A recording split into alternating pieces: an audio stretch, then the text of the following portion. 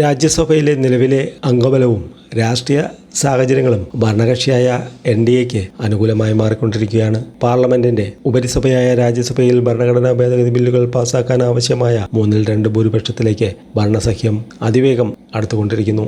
ലോക്സഭയിൽ മണ്ഡല പുനർനിർണയ ബില്ലും വനിതാ സംവരണ ഭേദഗതി ബില്ലും വീണ്ടും അവതരിപ്പിക്കാൻ കേന്ദ്ര സർക്കാർ ഒരുങ്ങുന്ന പശ്ചാത്തലത്തിൽ രാജ്യസഭയിലെ ഈ അനുകൂല കണക്കുകൾ ഭരണപക്ഷത്തിന് വലിയ ആശ്വാസമാണ് നൽകുന്നത്. രാജ്യസഭയിൽ നിലവിൽ 2/3 ഭൂരിപക്ഷം തികയ്ക്കാൻ 163 അംഗങ്ങളുടെ പിന്തുണയാണ് ആവശ്യമായിട്ടുള്ളത്. നിലവിൽ രാജ്യസഭയിൽ ഭരണകക്ഷിയായ NDAക്ക് 148 അംഗങ്ങളുടെ ശക്തമായ പിന്തുണയുണ്ട്. മാന്ത്രിക സംഖ്യ തികയ്ക്കാൻ ഇനി വെറും 15 അംഗങ്ങളുടെ കുറവ് മാത്രമാണുള്ളത്. ജാർഖണ്ഡിലും മിസോറാമിലും നടക്കാനിരിക്കുന്ന രാജ്യസഭാ തെരഞ്ഞെടുപ്പുകളിലൂടെ 3 സീറ്റുകൾ കൂടി NDAക്ക് സ്വന്തമാക്കാൻ സാധിക്കുമെന്നാണ് വിലയിരുത്തൽ. ഇതോടെ ഭരണപക്ഷത്തിൻ്റെ അംഗസംഖ്യ 151 ഉയരും. പശ്ചിമ ബംഗാളിൽ തൃണമൂൽ കോൺഗ്രസിൽ നിന്നുണ്ടായ ആഭ്യന്തര കലഹങ്ങളെ തുടർന്ന് 3 രാജ്യസഭാ അംഗങ്ങൾ ഇതിനകം രാജിവെച്ചിട്ടുണ്ട്.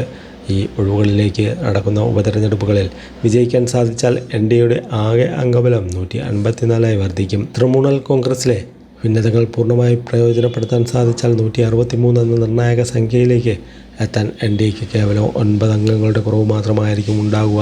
രാജ്യസഭയിൽ 2/3 ഭൂരിപക്ഷത്തിലേക്ക് ഭരണപക്ഷം അതിവേഗം അടുക്കുന്നുണ്ടെങ്കിലും ലോക്സഭയിൽ പ്രതിപക്ഷ കക്ഷികൾ ഒന്നിച്ച് നിൽക്കുന്നത് ഭരണഘടനാ ഭേദഗതി ബില്ലുകൾ പാസാക്കുന്നതിന് കേന്ദ്ര സർക്കാരിന് ഇപ്പോഴും വലിയ വെല്ലുവിളിയാണ്. തൃണമൂലിലെ കൂടുതൽ MPമാരുടെ പിന്തുണയും അതോടൊപ്പം ദക്ഷിണേന്ത്യയിൽ നിന്നുള്ള DMK പോലുള്ള പ്രാദേശിക കക്ഷികളുടെ നിലപാടുകളും വരും ദിവസങ്ങളിൽ ഈ ബില്ലുകളുടെ ഭാവി നിർണ്ണയിക്കുന്നതിൽ പ്രധാന പങ്കുവഹിക്കും.